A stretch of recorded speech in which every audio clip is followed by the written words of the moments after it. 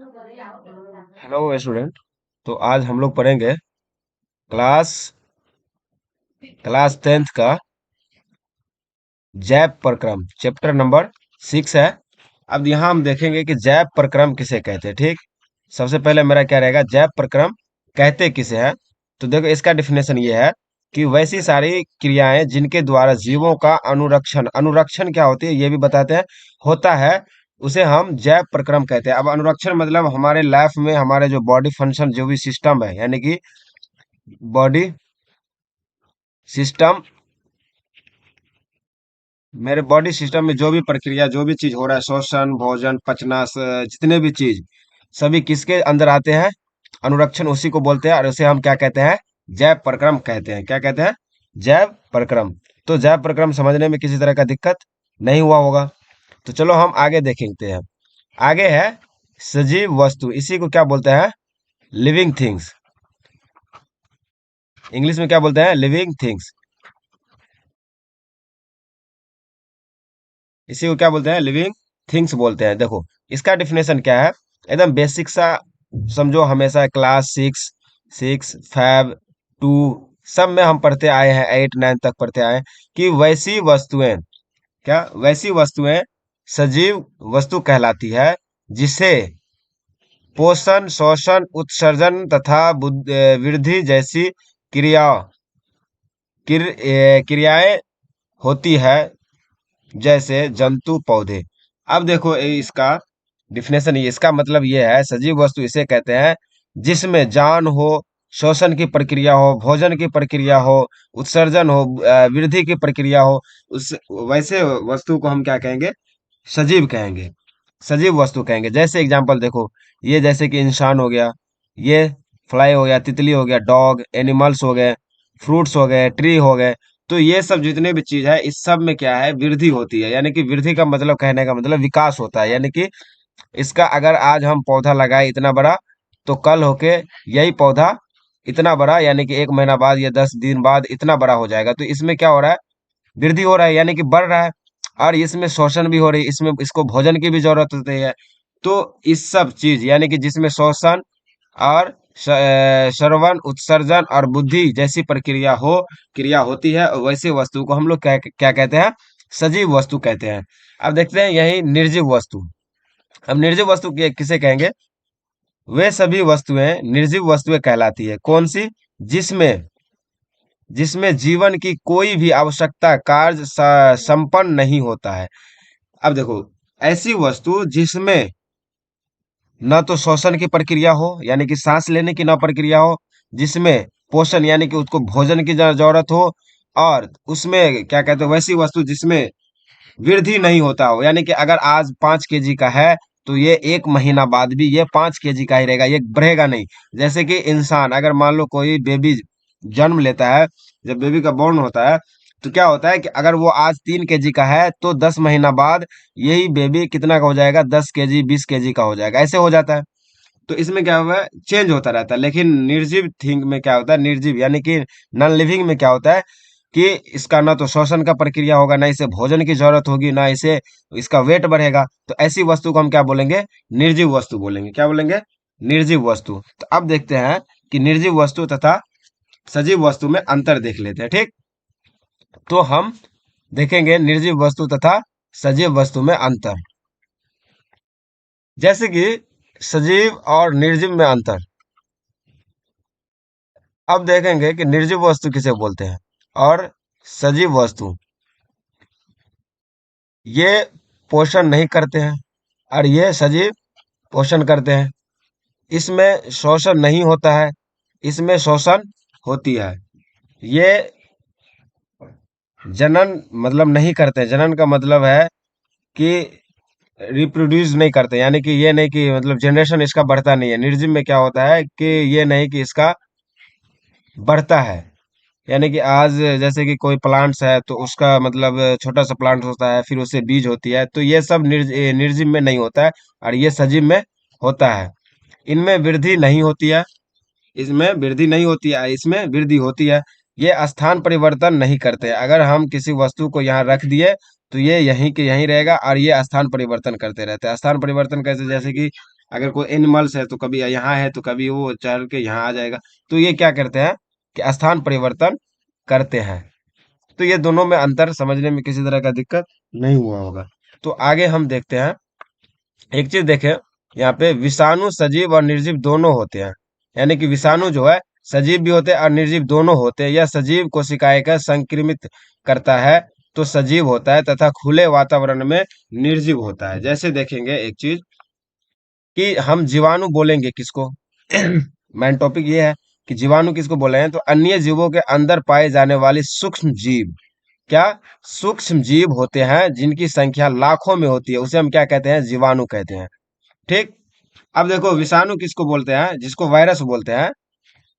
ऐसी कोशिकाएं सूक्ष्म जीव है जो किसी व्यक्ति कोशिकाएं के संपर्क में आते ही जीवित होता है। यानी कि ऐसी कोशिकाएं सूक्ष्म जीव जो किसी जीवित कोशिकाएं के संपर्क में जब आता है तो वो जीवित होता है, उसे हम क्या कहेंगे, विषाणु कहेंगे। ये भी हम आगे टॉपिक में जरूर चर्चा करेंगे।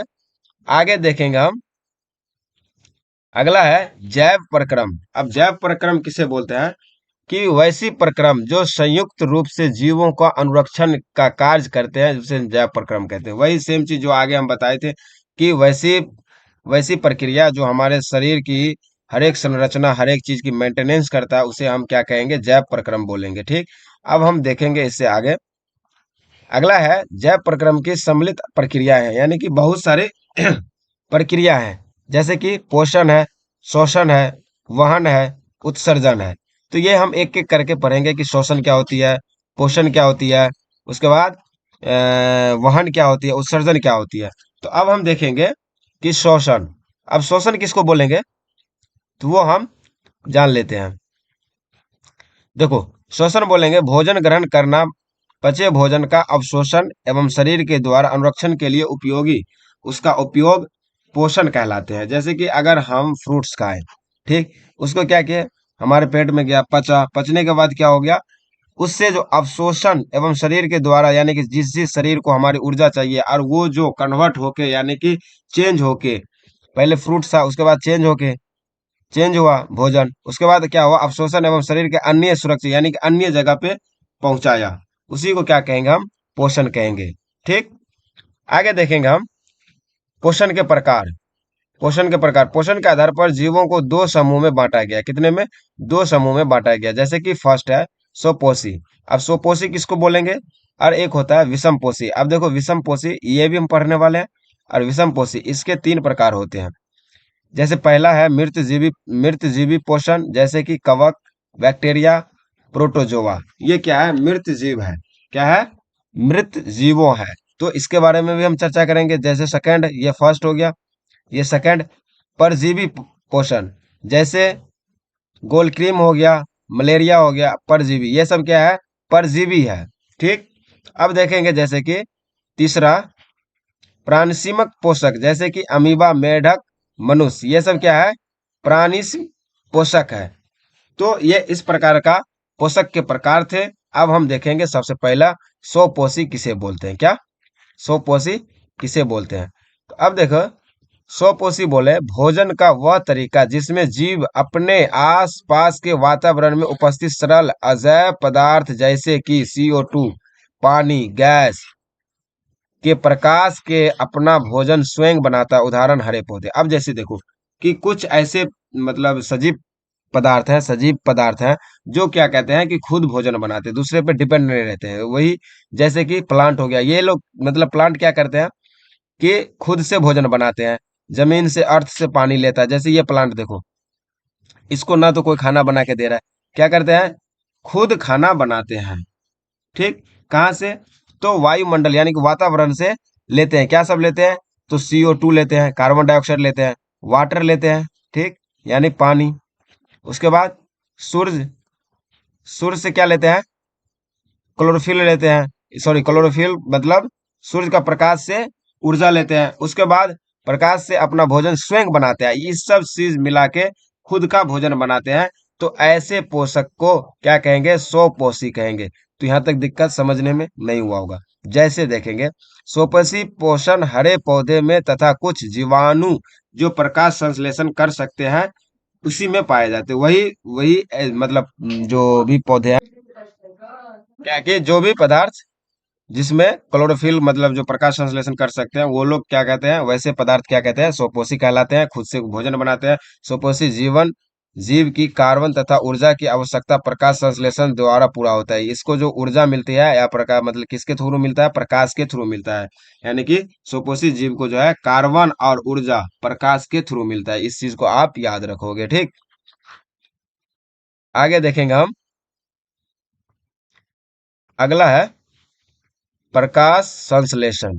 अब प्रकाश संश्लेषण क्या होता है, उसको हम अच्छी तरह जानेंगे। यह प्रक्रम जिसमें स्वपोषी बाहर से लिए पदार्थ को ऊर्जा संचित में परिवर्तित कर देता है। यानी कि बाहर से कुछ लिया, बहुत सारे, जैसे बाहर से क्या सब लिया था वाटर लिया, ठीक। सूर्य का प्रकाश यानी लाइट, ठीक। उसके बाद वातावरण से CO2 लिया। इस सब चीज मिला के क्या क्या वह ऊर्जा में कन्वर्ट कर लिया। अपने जो शरीर को चाहिए यानी कि प्लांट्स के जो बॉडी को चाहिए उसमें कन्वर्ट कर लिया, यानी कि परिवर्तित कर देता है। ये पदार्थ कार्बन डाइऑक्साइड तथा जल के रूप में लिए जाते हैं। किसमें, कार्बन डाइऑक्साइड तथा जल के रूप में लिए जाते हैं, जो सूर्य के प्रकाश में क्लोरोफिल की उपस्थिति में कार्बोहाइड्रेट में परिवर्तन कर देता है। किसमें करता है, किसके उपस्थिति में, तो प्रकाश के उपस्थिति में। किसमें कन्वर्ट करता है, तो कार्बोहाइड्रेट में परिवर्तित कर देता है। जैसे कि एग्जांपल देखेंगे, CO2 लिया और H2O, ये जल है, ये क्या है, कार्बन डाइऑक्साइड। क्या है, ये क्या है, कार्बन डाइऑक्साइड। और ये क्या है, जल है। दोनों लेके किसके उपस्थिति में, क्लोरोफिल के थ्रू सूर्य के प्रकाश में रिएक्शन किया, फिर जाके क्या बना, ग्लूकोज बना, C6H12O6। ये भी आप याद रखोगे, एक नंबर का ऑब्जेक्टिव में 100% पूछेगा आपको क्लास 10th का जब बोर्ड का एग्जाम होगा तो। और ग्लूकोज ये टूटता है किसमें, O2 और 6H2O में, फिर टूट जाता है। तो इस प्रकार प्रकाश संश्लेषण का प्रक्रिया था। आगे हम देखेंगे इसको और थोड़ा अच्छे से डिटेल समझानेंगे, ठीक। तो अब देखो, जैसे कि प्रकाश संश्लेषण के लिए आवश्यकता है कच्ची सामग्री। अब क्या सब मिलता है, सूर्य का प्रकाश लेता है, क्लोरोफिल कार्बोहाइड्रेट के साथ स्थलीय पौधे इसे वायुमंडल से प्राप्त करते हैं। जल क्या लेते हैं, जल लेते हैं। जल जो है स्थलीय पौधे जड़ों द्वारा मिट्टी से जल लेते हैं। कहाँ से, मिट्टी से लेते हैं, अवशोषित करते हैं। जैसे देखो यहाँ, यहाँ से क्या लिया, जल लिया यानी वाटर, ठीक। अब यहाँ ये क्या है, ये आपको वायुमंडल है। क्या है, वायु वायुमंडल। वायुमंडल, वायुमंडल से क्या ले रहा है, ऑक्सीजन ले रहा है ना, CO2 भी ले रहा है, कार्बन डाइऑक्साइड भी ले रहा है।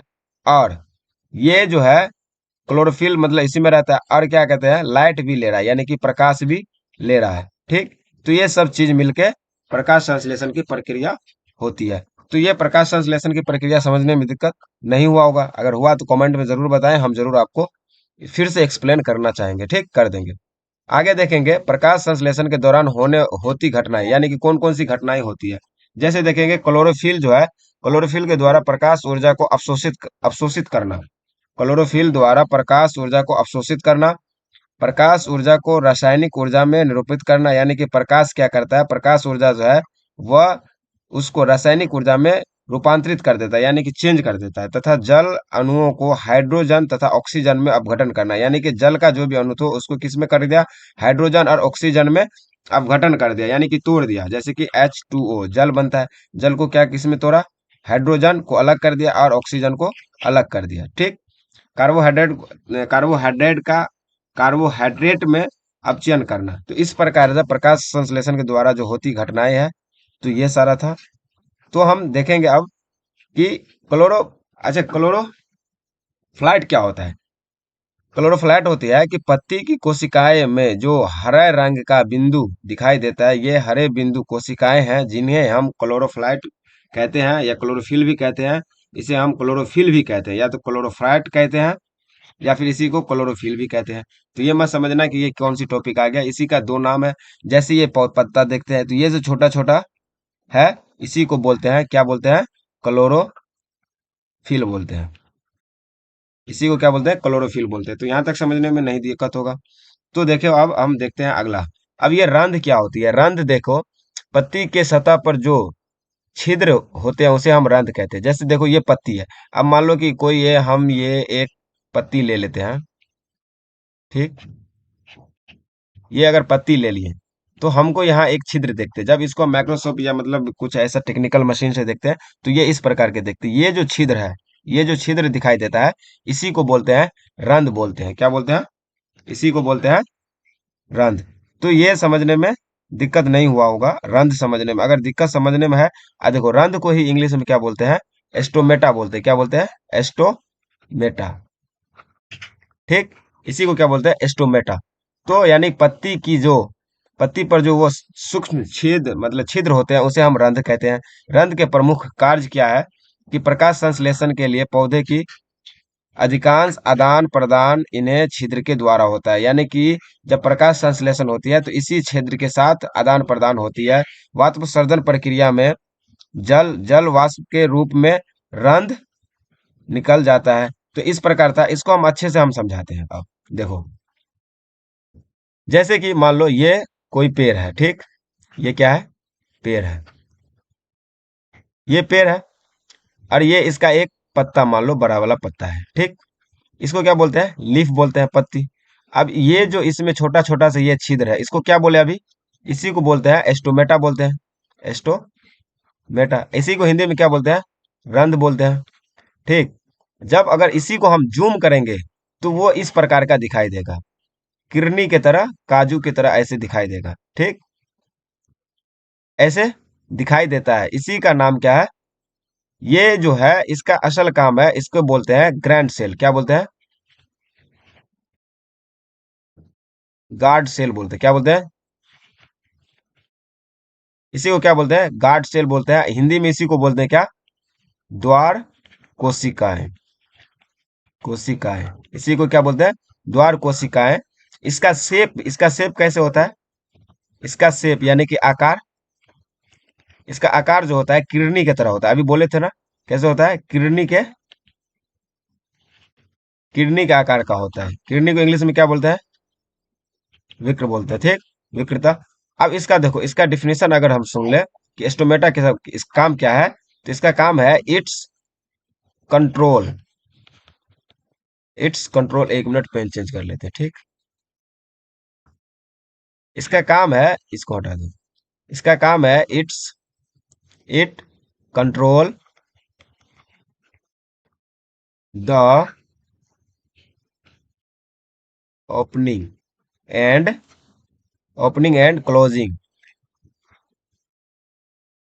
Closing of stomata. यानी कि एस्टोमेटा का काम है कि ओपन होना मतलब बंद होना जो काम होता है वो कौन करता है? एस्टोमेटा काम करता है। ठीक, इसी को अगर हिंदी में बोलेंगे, हिंदी में इसको ऐसे लिखना है। इसको अगर हम हिंदी में लिखें तो इसको हम लिख सकते हैं कि यह रंध्र रंध्रों यह रंध्रों का खुलना खुलना एवं बंद होना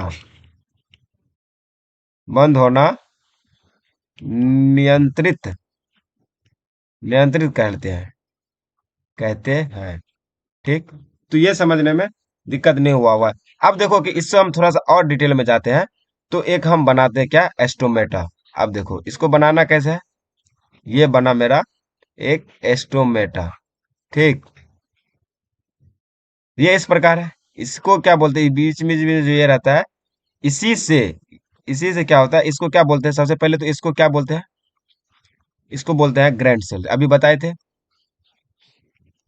ग्रैंड सेल। अब देखो कि इस ये जो छिद्र है इससे क्या होता है? H2O ऑब्जॉर्ब होता है। ठीक, इस सब चीज से क्या होता है? H2O ऑब्जॉर्ब होता है। ठीक, हाइड्रोजन भी। तो ये आप हमेशा याद रखेगा कि इसी छिद्र से हाइड्रोजन जो वायुमंडल से जो लेता है पेड़ पौधा अपना भोजन बनाने के लिए, तो इसी थ्रू लेता है। और इसी को जो है, एक मिनट देखेंगे। हाँ, इसी को हम इसी को हिंदी में बोलते हैं द्वार कोशिका। अब देखेंगे कि ये ओपन और क्लोज कब होता है? जब ये ऑक्सीजन लेगा तो खुलेगा, और जब ये ऑक्सीजन छोड़ेगा तो फिर ये बंद होता है। तो इसी प्रोसेस को क्या बोलते हैं, हम बता रहे हैं।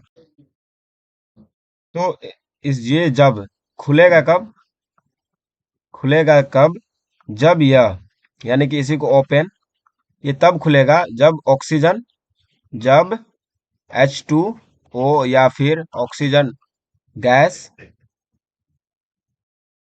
अपने अंदर लेती है, तब यह, तब यह खुलता है। यहाँ तक समझने में दिक्कत? और ये बंद कब होगा, जब यह बाहर छोड़ेगा। तो ऐसा बात तो है कि यह बाहर भी छोड़ेगा, क्योंकि जो ऑक्सीजन या जो भी जो कुछ बच जाता है, जो मतलब क्या कहते हैं, डस्ट डस्ट की चीज में बच जाता है, उसको छोड़ेगा बाहर। तो ये इस प्रकार से मेरा ये था। तो इसको समझाने में अगर दिक्कत हुआ है तो बोलना, अगर लगे कि मतलब हमको दिक्कत हो रही है तो सर आप फिर से बताइए। तो as a sir, as a भैया के थ्रू आप हमसे फिर से एक बार कमेंट करना, हम बता देंगे। आगे देखेंगे क्या, कि रंध्र की पहचान, इसको कैसे पहचानते हैं। तो इसको पहचानने का तरीका यही है कि पत्तियों की सतह पर मौजूद रंध्रों की चारों ओर से दो कोशिकाएं घेरे रहते हैं। अभी बताए, दो कोशिकाएं घेरे रहते हैं, ऐसे करके, ऐसे करके घेरे घेरे रहता है, जिन्हें द्वार कोशिकाएं कहते हैं। ये कोशिकाएं रंध्रों के खुलने या बंद होने के लिए उत्तरदायी है। जब द्वार कोशिकाएं में जल अंदर जाता है तब वह खुल जाती है। ऐसे बोले ना कि जब अंदर लेता है तो वो खुलता है, खुल जाती है, जिसे हम छिद्र को खुलना भी कहते हैं। अभी बताए इससे पहले, जब द्वार कोशिकाएं सिकुड़ता है तब बिंदु बंद हो जाता है, रंध्र की पर्याप्त मात्रा में जल का जल की हानि होती है। ठीक, आगे देखेंगे कि विषमपोषी। ठीक, अब आ गया विषमपोषी के बारे में। इससे पहले पढ़ रहे थे सोपोषी, जो खुद से भोजन बनाते हैं। अब विषमपोषी के बारे में पढ़ेंगे। विषमपोषी वह तरीका जिसमें जीव अपना भोजन स्वयं नहीं बनाता है, बल्कि अपने भोजन के लिए अन्य जीवों पर निर्भर रहता है। उदाहरण, मानव एवं अन्य जीव। जैसे देखो कि हम विषमपोषी बोलेंगे कि हम तो खुद से बनाते हैं, ऐसा बात नहीं, हम भी खाना नहीं खुद से बनाते, लेकिन किस पे, दूसरे पे निर्भर है। कि अगर जैसे गन्ना होगा या फिर मतलब गेहूं होगी तो रोटी बनेगा, चावल होगी तो फिर मतलब धान होगी तो चावल बनेगा। तो दूसरे दूसरे फल पे, दूसरे दूसरे प्लांट पे हम लोग डिपेंड है कि उससे जब भी कुछ आएगा, कुछ एनिमल्स को मार के खाते हैं। तो ऐसा है, तो हम लोग दूसरे पे डिपेंड है, खुद से नहीं बनाते हैं। तो विषम पोषी प्रकार के भी प्रकार है, जिसको बोलते हैं प्राणिसम पोषी, मृत जीव पोषी, पर जीवी पोषी। तो ये तीनों पे आगे हम डिस्कस करेंगे आगे क्लास में। आज के लिए हम इतना ही रखते हैं। तो इतना में अगर आपको समझने में दिक्कत हुआ है तो बोलो जरूर, आप लोग कमेंट में बताना। आगे क्लास जब हम इसका क्लास करेंगे तो फिर हम आगे आपका डॉट भी देख लेंगे। तो कैसा लगा क्लास, कमेंट में जरूर बताएंगे। तो चलो फिर आज के लिए इतना ही, बाय, टेक केयर।